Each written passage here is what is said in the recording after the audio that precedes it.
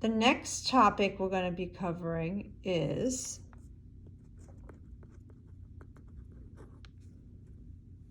solving quadratic equations.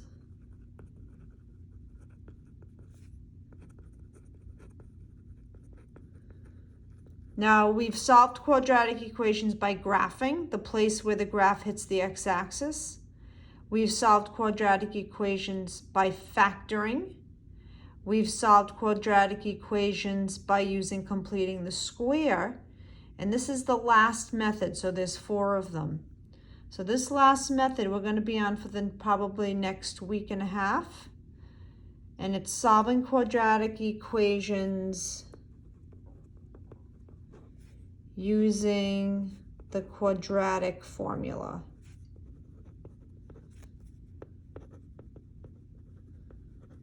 Now, I'm not going to ask you to memorize the quadratic formula. It's not really a straight line. It's okay. I'm not going to ask you to memorize it, but you're going to be using it so much that you'll probably end up remembering it. So I'm just going to give you what the quadratic formula is.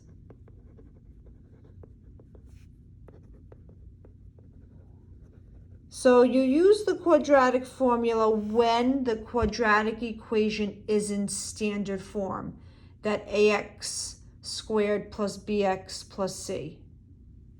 So here's the quadratic formula. X is the solution. So the quadratic formula is negative b plus or minus the square root of b squared minus 4ac over 2a.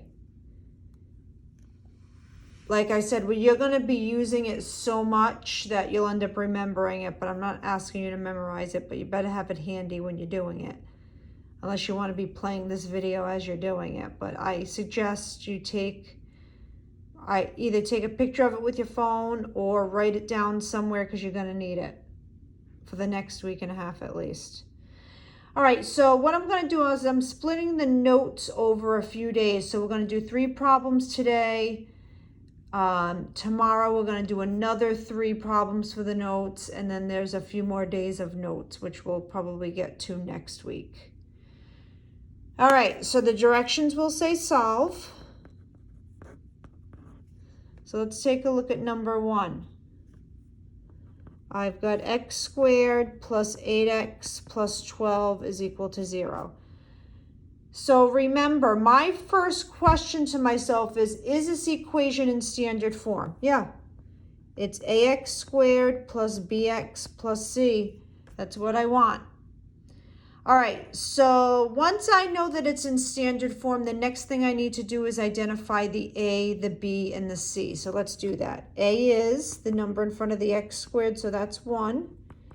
B is the number in front of the x, that's our linear term, which is 8. And my c, which is the constant, is 12. So step number 1, make sure the equation's in standard form. Step number 2, identify a, b, and c. Now I'm going to take these numbers and substitute in. I'm not substituting in for x. X is my solution. X is what I get after I substitute in all that stuff and do the work. So let's start off. It starts off with negative b. I've got a positive 8, so I'm going to actually put a negative 8. Plus or minus. And then I've got b squared. B is 8, so 8 squared minus 4 times a, which is 1, times c, which is 12, over 2 times a, which is 1. Okay. So step number 1, make sure it's in standard form. Step number 2, identify a, b, and c. Step number 3, substitute in, which I just did. I took the numbers and I substituted in where I saw the letter. Now I'm going to do the work. So let's start on the inside. I'm going to have negative 8 plus or minus 8 squared, that's 64, minus 4 times 1 times 12, that's giving us 48. And then 2 times 1 is 2.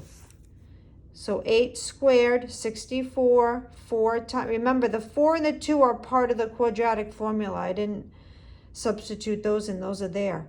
So 4 times 1 times 12 is the 48, 2 times 1 is 2. So I'm getting -8. I'm going to stay underneath this radical. 64 minus 48, that's giving us 16.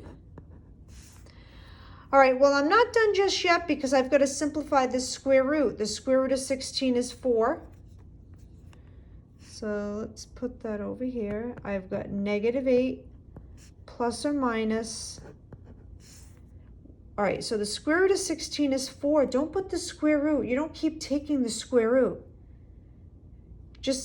It just so happens when I take the square root, this is giving me another perfect square, but don't keep taking the square root. You take it once. All right, now I'm going to separate this into two separate problems. I've got -8 plus 4 over 2 or -8 minus 4 over 2. When I do that math, I'm getting -4 over 2, which is giving us a -2, or a -12 over 2, which is giving us a -6. So my answer is -2 or -6. If I were to graph this quadratic equation, it's telling me it would cross the x-axis at -2 and -6. Okay, let's try number 2. There we go. Number 2, I've got x squared minus 9x plus 20 is equal to 0. First step, is it in standard form? Yes. Second step, let's identify A, which is 1, B, which is -9, and C, which is 20. All right, first step, it's in standard form. Second step, identify A, B, and C. Now I'm going to take these numbers and substitute into the quadratic formula. The quadratic formula starts off with -b. Well, I've got a -9, so I'm going to put a positive 9. And then I've got b squared, so that's -9 squared minus 4 times a, which is 1, times c, which is 20, over 2 times a, which is 1. The key thing here is it starts off with -b. It was a -9, so it becomes a positive 9. Let's do the math. I've got 9 plus or minus -9 squared is 81. Minus 4 times 1 is 4 times 20 is 80 over 2. I still got to do this work here, so this is giving me 9 plus or minus the square root of 1 and then over 2. Now 1 is a perfect, all the problems you're going to be doing today, they're going to be working out nice. They're all going to be a perfect square. Next week, not so much. So the square root of 1 is 1, so I've got 9 plus or minus 1 over 2. It just so happens the square, this is the only time it's going to happen. The square root of 1 is 1. We're not done. We've got one more thing to do. Now I need to separate this. So this becomes 9 plus 1 over 2, 9 plus 1 over 2, or 9 minus 1 over 2. 10 over 2, that's giving me 5. 8 over 2, that's giving me 4. So I have two solutions. It's going to cross the x-axis. If I were to graph this quadratic equation, it would hit the x-axis at 5 and 4. Okay, we're going to try one more problem, and then I'm going to let you try some. Let's go to number 3. I've got x squared plus 2x minus 8 is equal to 0.